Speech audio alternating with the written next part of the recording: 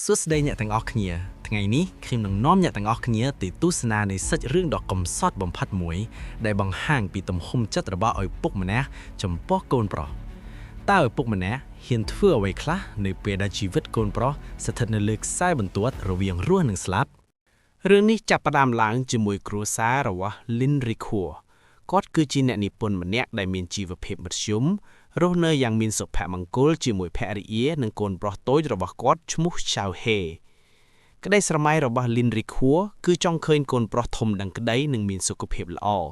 ប៉ុន្តែរឿងដែលមិននឹកស្មានដល់បានកើតឡើងនៅពេលដែល Chao He បានដួលសន្លប់នៅលើទីលានបាល់ទាត់ក្រោយពីបញ្ជូនទៅមន្ទីរពេទ្យគ្រូពេទ្យបានប្រាប់ដំណឹងដ៏រន្ធត់ថាកូនរបស់អ្នកមានជំងឺបេះដូងធ្ងន់ធ្ងរហើយត្រូវតែដូរបេះដូងជាបន្ទាន់បើមិនដូច្នោះទេគេនឹងមិនអាចរស់បានឡើយលុយវះកាត់រាប់ម៉ឺនដុល្លារគឺជាបន្ទុកដ៏ធ្ងន់សម្រាប់គ្រួសារក្រីក្រមួយនេះ Lin Rikhua មិនបានចោះចាញ់ឡើយគាត់បានលក់ផ្ទះលក់របស់មានតម្លៃទាំងអស់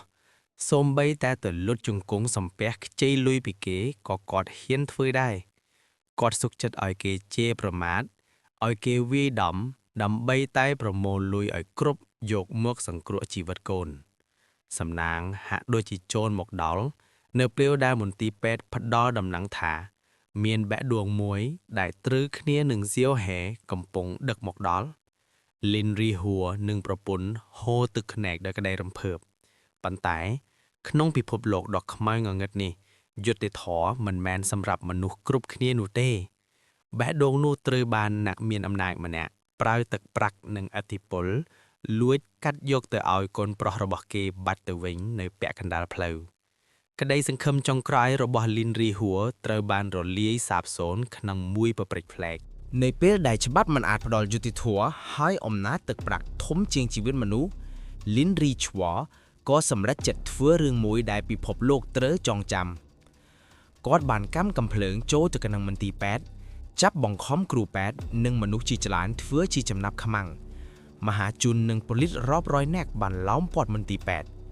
គ្រប់គ្នាគិតថាគាត់គឺជាចៅអាក្រក់ប៉ុន្តែគោលបំណងរបស់គាត់មានតែមួយគត់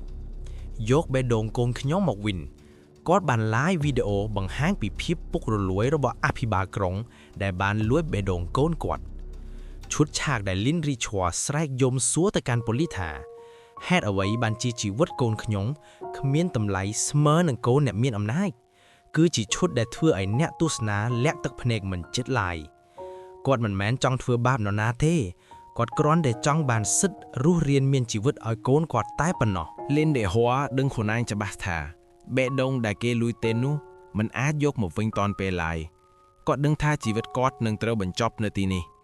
គាត់បានដើរចេញមកក្រៅទាំងកាន់កំភ្លើងសម្ដែងទៅរកប៉ូលីសដើម្បីបង្ខំឲ្យគេបានសម្លាប់ខ្លួនឯងផាំងសំឡេងកំភ្លើងបានបន្លឺឡើង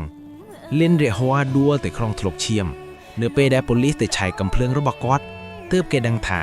វាគឺជាកំភ្លើងជ័ររបស់ក្មេងលេងតែប៉ុណ្ណោះគាត់មិនបានគិតសម្លាប់នរណាម្នាក់តាំងពីដំបូងមកម្លេះអ្វីដែលរឹតតែរំភើបនោះគឺគាត់បានចុះកិច្ចសន្យាបរិច្ចាគសរីរាង្គរួចជាស្រេចគាត់សុខចិត្តស្លាប់ដើម្បីយកបេះដូងរបស់គាត់ផ្ទាល់ទៅដាក់ក្នុងទ្រូងកូនប្រុសបេះដូងឪពុកនឹងបន្តលោតនៅក្នុងខ្លួនកូនជានិរន្តរ៍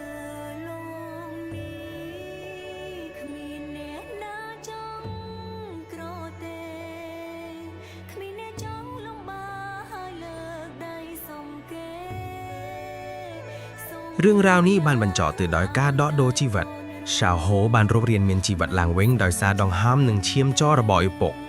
Lin Rikhua បានបង្រៀនយើងថាសេចក្តីស្រឡាញ់របស់ឪពុកម្ដាយគឺគ្មានព្រំដែនឡើយ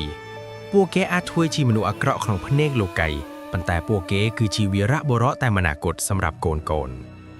សូមអរគុណអ្នកទាំងអស់គ្នាសម្រាប់ការតាមដានសម្រាយរឿងមួយនេះកុំភ្លេចផ្ដល់ក្តីស្រឡាញ់ដល់ឪពុកម្ដាយរបស់អ្នកឲ្យបានច្រើនខណៈពេលដែលអ្នកនៅមានឱកាស